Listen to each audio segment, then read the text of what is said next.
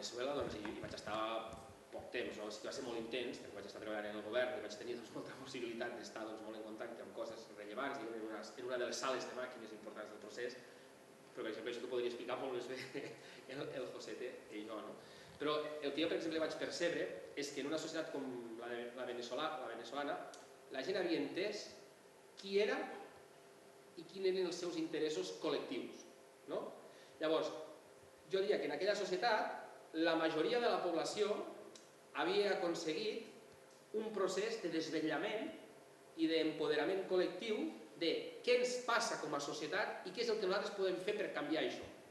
Jo diria que hi ha un moment en el que això passa, en el que hi ha un procés de catarsis en aquella societat, en el que veritablement hi ha un procés de ruptura, que és l'any 1989 amb el Caracazo. O sigui, el Caracazo segurament és el moment en què el president que en aquells moments hi havia a Venezuela, que és Carlos Andrés Pérez, intenta desenvolupar un dels primers programes pioners d'ajust, diguem-ne, neoliberal a l'Amèrica Llatina. I la població reacciona de forma contundent. Hi ha una repressió molt important per part de l'exèrcit sobre aquella població.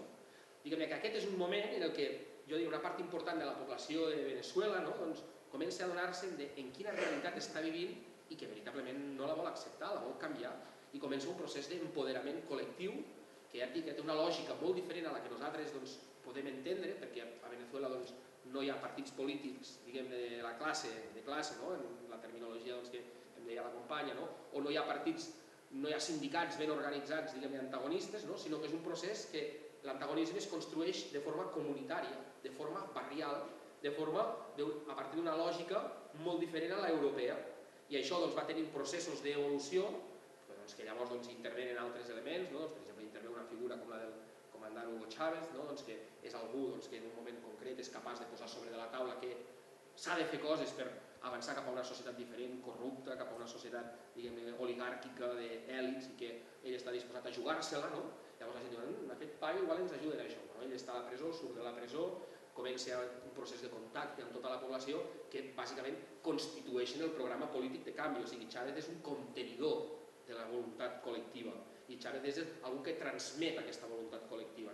Llavors, una mica jo el que veig és això, o sigui que a Venezuela es produeix aquest procés en el que la gent entén en quina societat viu i comença a pensar en mecanismes per transformar-la. O sigui, podríem dir que l'alienació a la que el capitalisme sotmet a les poblacions que fa que ens identifiquem en projectes que no ens beneficien col·lectivament, en el cas de Venezuela hi ha un moment on aquesta alienació, que en molts altres aspectes es manté, però en l'aspecte polític, en l'aspecte d'organització del seu país es trenca, la gent visualitza quin és el procés de canvi i aposta col·lectivament per això.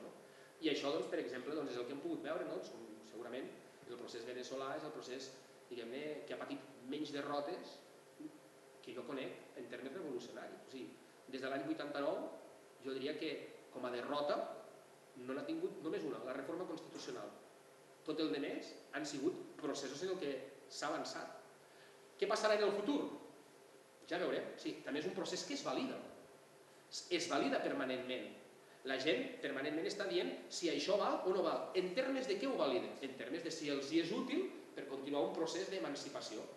Però jo el que sí que tinc clar és que els processos de canvi són útils en tant generen llindars en els que ja no es pot retrocedir. O sigui, generen canvis, els processos de transformació, que és molt difícil retrocedir. Per exemple, en la nostra societat, si algú plantegés avui en dia que les dones no poden participar en la vida pública o que només hi poden participar els majors de 65 anys, no sé, si tornéssim al sufragi censatari, per dir-ho d'una forma, o que no hi hagués una capacitat de participar políticament de les dones, però què estàs dient? És una cosa que tothom ja té assumida. Jo penso que en el cas de la societat venezolana ja s'han donat canvis en la conformació d'aquesta societat que difícilment tornaran enrere, encara que el procés bolivariano. Per exemple, a mi em feia molta gràcia l'altre dia quan veia el Capriles, un dels líders de l'oposició venezolana, dient que la Constitució venezolana és un gran avenç per a aquella societat. I la Constitució venezolana, evidentment, és la cristal·lització de moltes coses. Hi ha molts elements que no són progressistes, però hi ha molts elements que sí.